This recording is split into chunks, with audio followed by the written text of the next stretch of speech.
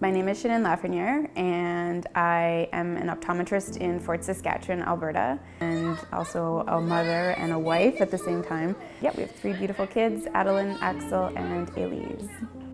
When you decide to have children, you assume everything's going to go smoothly. But no, Adeline was our firstborn. She was born in March of 2013. And shortly after she was born, we found out that she had biliary atresia, which is a liver condition that kids are essentially born with. And it just causes really rapid cirrhosis of the liver, and kids end up being in liver failure within the first few weeks of their life. So it was a little bit of a curveball for us, for sure. We weren't anticipating that at all. There was no prior indications, no ultrasounds that showed us anything was wrong. She was growing fine. And yeah, when that diagnosis was made, it really did throw us for a loop. You know, Adeline was going to need a liver transplant.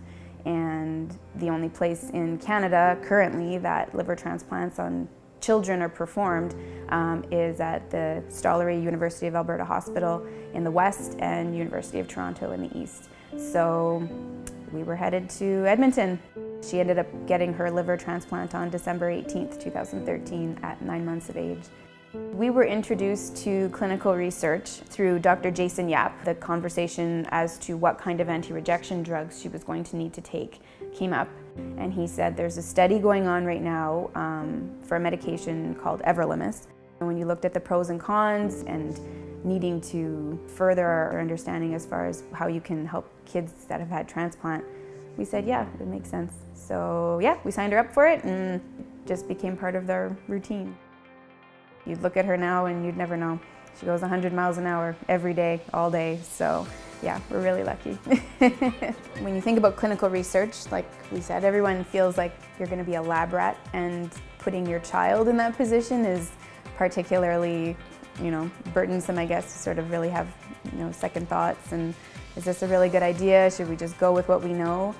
But we had a lot of really good support at the University of Alberta Hospital, the transplant program, the research team that's there, and they are willing to answer any question that you possibly have, any reservation that you have, they're happy to address, but it's not a pressuring kind of feeling.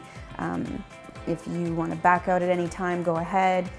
Once you've been through the hospital system and you sort of see that there's no way that the clinical advances and the help that your child had received would have even been possible without these kind of studies and this kind of research being done, you sort of want to give back. And that's a good way to do it, is to be involved in these kinds of things.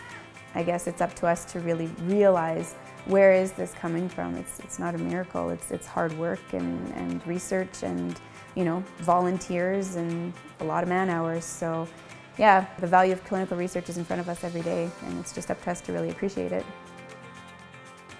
Be the cure.